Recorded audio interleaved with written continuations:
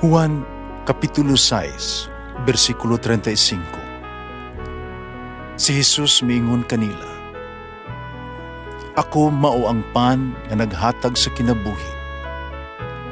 Ang muari kanako dili nagayod gutomon, ug ang mutuo kanako dili nagayod uhawon." Ang mga puno Pan sa kinabuhi. maglikon unta sa mong pagtuo ug gagakabi sa pagtuman sa imong mahal nga kasuguan. Ginoo manaa kaninyo. Santos nga Ebanghelyo sumala ni San Juan. Mingon si Jesus ngadto sa katawhan, walay makaari kanako gawas kon ang amahan nga nagpadala kanako magdani kaniya ug banahawon ko siya sa katapusang adlaw. Ang mga propeta nagsulat nga ang tanang tao tudluan sa Dios. Ang mamati sa amahan ug makakat-on gikan kaniya moori kanako. Apan wala kini og pasabot nga may makakita sa amahan. Siya nga gikan sa langit mao lamang makakita sa amahan. Sultihan ko kamo, ang mutuo may kinabuhing walay katapusan. Ako ang pan nga naghatag sa kinabuhi. Ang inyong katigulanan, mikaon sa mana dito sa kamingawan. Nangamatay gihapon sila. Ang mukaon sa pan nga gikan sa langit dili mamatay. Ako ang pan nga gikan sa langit nga maghatag sa kinabuhi. Ang mukaon nining pan dili mamatay. Ug ang pan nga akong ihatag ang akong kaugalingon aron mabuhi ang kalibutan. Ang Ebanghelyo sa Ginoo. Pasalamati ang Ginoo kay siya maayo, ang iyang gugma mulungtad hangtod sa kahangturan. Pasalamati ang Diyos sa tanang mga Diyos, ang iyang gugma malungtaron. Pasalamati ang Ginoo sa mga Ginoo, ang iyang gugma balungtaron.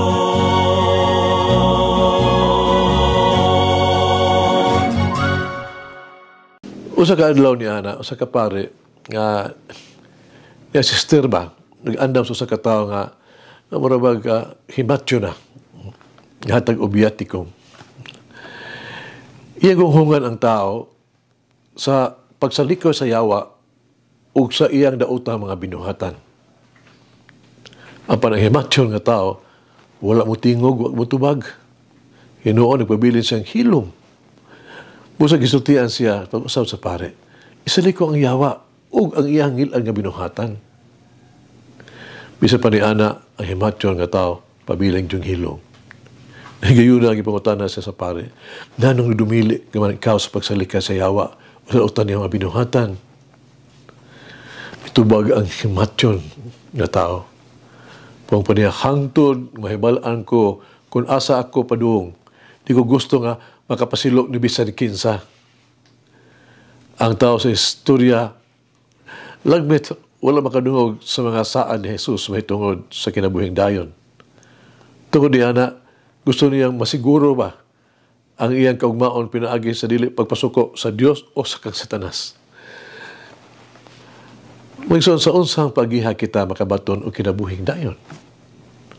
Ang Ebanghelyo kanong adlaw naghatag kanato sa tubag. Una, kinahanglan muduol kita kang Jesus. Siya miingon, walay makaari kanako gawas kon ang amahan nagpadala kanako. Magkabig niya kaniya ug banahawon ko siya sa katapusang adlaw. Atong hinumduman, ang amahan mao ang nangita kanato. Ana wala nga makarnero.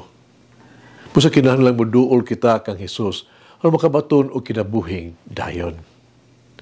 Ikaduha, kinahanglan kitang dunay pagtuo kang Hesus. Mingon siya, Amen, amen, Amaha, amen, amen, sultihan ko kamo.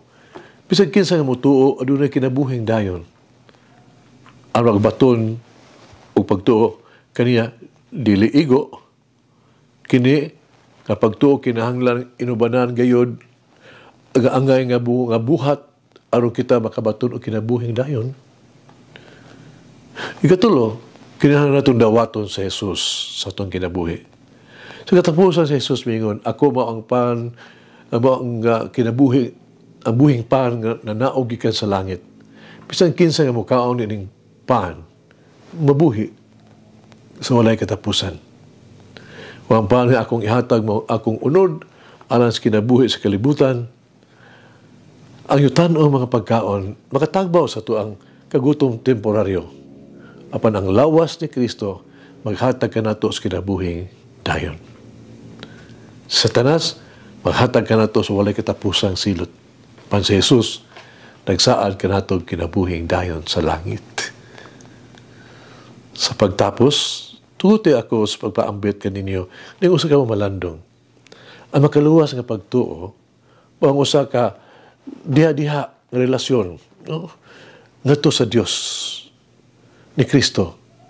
Pagdawat, pag-alagad diha kaniya lamang, alang sa pagkamatarong, pagkabalaan, o kinabuhing dayon pinaagi sa grasya sa Dios. Gusto mag-ampo kita. Amahan namo, naghangyo kami. Kaya imong tabangan kami sa magdala kaning mensahe sa pagkabanhaw ngadto sa kalibutan.